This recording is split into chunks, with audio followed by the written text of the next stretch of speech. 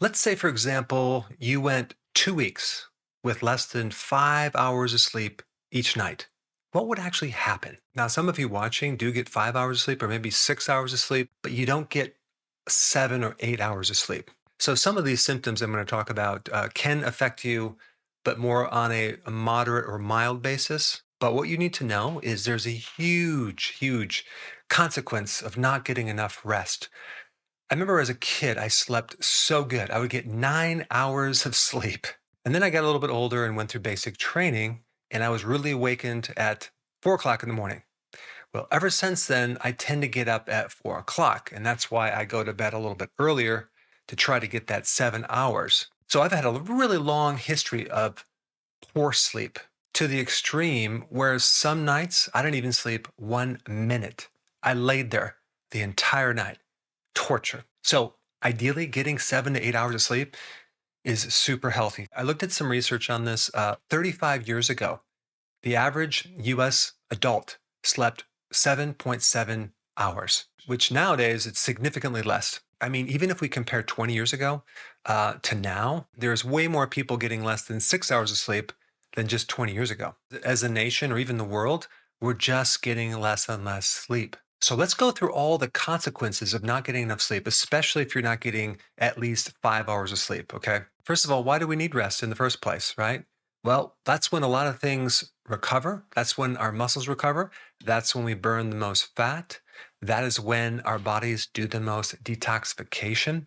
That's when our brains detox. And so, this is why when you don't get enough sleep, you're going to feel kind of toxic, especially in your head. So, the first problem you're going to run into if you're not getting enough sleep is fatigue or what they call daytime sleepiness. And there's nothing worse than driving when you're tired, right? Especially long road trips and you're just like dozing off at the road. That could be very, very dangerous. There are significant mood changes when you don't get enough sleep, way more than other types of cognitive problems like memory, attention, and loss of focus. Your mood will probably be one of the biggest things that will change. You're no longer going to be happy and upbeat. You're going to be a bit depressed, agitated, and irritated.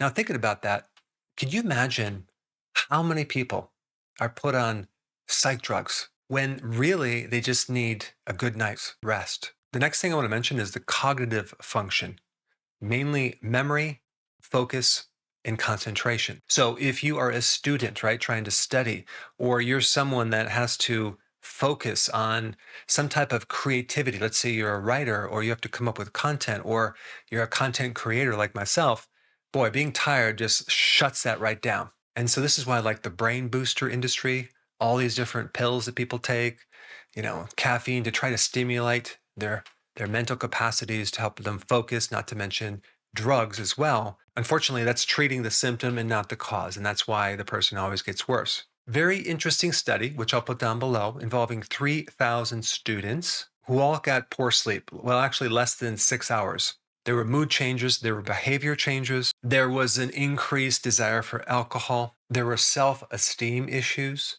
there were decreased ability to learn. Even on top of that, there was an increased elevation of a suicide risk. The other thing that happens when you don't get enough sleep is you have something called sympathetic hyperactivity. There's a part of the nervous system called the sympathetic nervous system.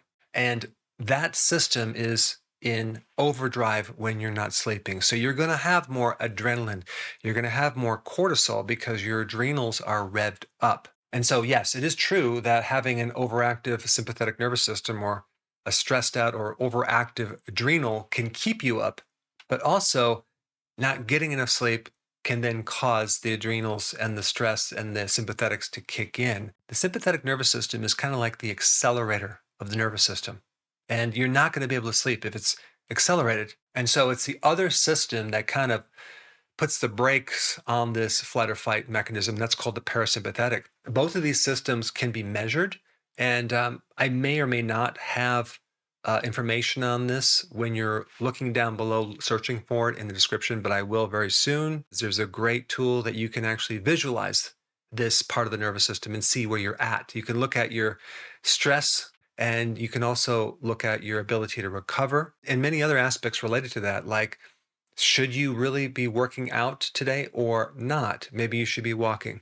Because if you're not sleeping and you're sympathetic overdrive or hyperactive, you should not be exercising of any type of high intensity at all. You should be walking because it's going to put more strain on your heart. So, this sympathetic overdrive, especially if it's chronic, okay, it goes on for weeks and weeks and weeks, beyond just 2 weeks, but might go on for months or years, really put stress on your heart. You're going to be at risk for cardiovascular problems, at risk for a stroke, at risk for being a diabetic. Why? Because cortisol and adrenaline releases sugar, which then increases insulin. Despite not eating any sugar, your sugar levels will be higher because even the name of the adrenal hormones, another name for cortisol is glucocorticoids because it regulates glucose. So this is why you have impairments with your glucose and problems with your blood sugars and insulin, which then relate to weight gain and a fatty liver. The other very unique thing that happens with that cortisol being elevated is your immune system shuts down. It becomes paralyzed. When you have higher levels of cortisol, you have this lessening of the white blood cells. They don't work. And this is why all of these conditions that involve autoimmune problems, right? Where you have these antibodies attacking your own tissues, or even people with certain skin problems, allergies, or inflammatory conditions because it's an overactive immune system, the general treatment is steroids. What's a steroid? Cortisone. Because cortisone is an anti-inflammatory, but it's also an immune suppressant. If you can't sleep, right? You're getting less than 5 hours and you have this sympathetic overdrive and you're trying to lose weight, good luck. It's not going to happen. In fact, you can work with someone on their diet, but boy, if the sleep is not right and they're also exercising at the same time, you're just wasting your time. Getting someone into a wonderful, rejuvenating sleep, that can create huge changes in weight loss. The next thing, getting less than 5 hours of sleep will impair your recovery.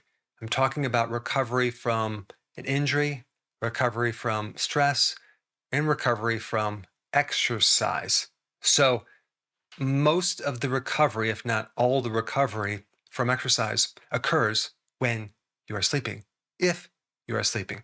And so, if you're exercising and not sleeping, you're not going to see the benefit of the exercise. You break down the body and you keep breaking it down, but you never recover. Then you exercise over that, you'll have a lot of issues. So, the rule of thumb is don't ever do high intensity exercise when you haven't slept and when you have poor recovery. You're not going to adapt and benefit from that exercise, but you can do walking. All right, the next thing I want to talk about is sleep apnea, because this also falls in this same area where the person is just not getting enough oxygen when they're sleeping. And that's why they have to use a CPAP machine to blow oxygen or sometimes just air into their upper respiratory and in their lungs. And this also includes a lot of people who have heavy snoring.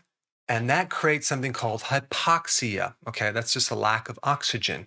And anytime you have a lack of oxygen, you also might have an extra increase of CO2. So, not enough oxygen is bad. Too much CO2 is bad. It can be toxic. So, you need the balance of both.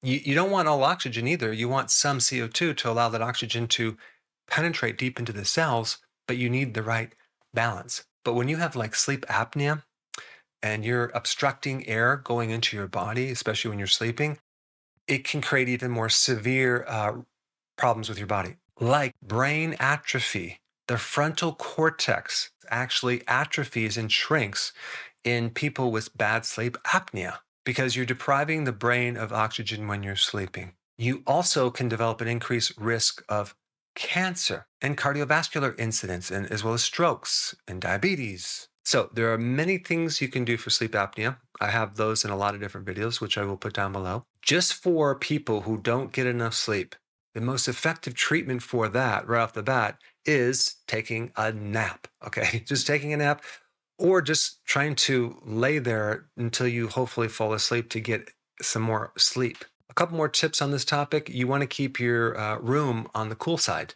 between 60 and 65 degrees, maybe up to 68 degrees, but keep it cool. If you can keep your window open, you'll sleep a little bit better. But having a room that's real stuffy and hot is not a good thing. If you're Humidity in the room is like 50%. You'll find that that would be the optimum humidity for the best sleep. Another really important thing is to turn off all the electronics in your room, especially next to your head when you're sleeping. Why? Because this EMF wave stands for electromagnetic fields, okay? And magnetic fields really affect the brain waves in the heart, and that can affect your quality of sleep big time. It did for me. In fact, I found the wires in the wall and back of my bed were crossed, and that was creating an electromagnetic field that extended 8 feet from the wall. So I was being bathed in this magnet energy that just was not good for my heart. I started getting heart palpitations. And I eventually figured out what it was. And when I had the electrician fix it, all of those symptoms just magically disappeared. Another really important thing is the quantity of food that you eat, especially in the evening. Okay. If you do too much, you're not going to sleep that well because when you're bloated, that affects your sleeping up here. So you don't want to overeat, and then you also don't want to undereat. Some people that don't consume enough protein or the right amount, they can also have a hard time getting to sleep, staying asleep, or waking up and feeling refreshed. So I think the key is to play around with the amount of protein that you need. And I would guess that would be anywhere between like 3.5 to 7 ounces of protein for that dinner, depending on a lot of different variables, your size, your age, your activity level, your ability to digest that protein. And it's best not to eat too late. It's best to eat earlier. Okay, you're going to find you're going to sleep better if you can not have a lot of stuff going on with the digestive system. And the other thing is, as it starts to get darker, and let's say 6, 7 o'clock, start dimming the lights wherever you are at. Try not to sit in front of a computer screen because that blue light, especially the artificial lights, can interfere with the whole mechanism of the light going into the retina, which then goes to a whole cascade of things that increases your melatonin. Darkness triggers melatonin. Light decreases melatonin. Melatonin helps you sleep. So it's best that you tone down the light in the evening. Now, because of the censoring and the suppressing of the algorithms on YouTube, it's becoming more difficult to find my content. And there's a lot of content that I cannot put on YouTube, unfortunately. So to make sure you have full access of all my information, go to drberg.com and subscribe to my newsletter by clicking the link down below in the description. I will see you on the other side.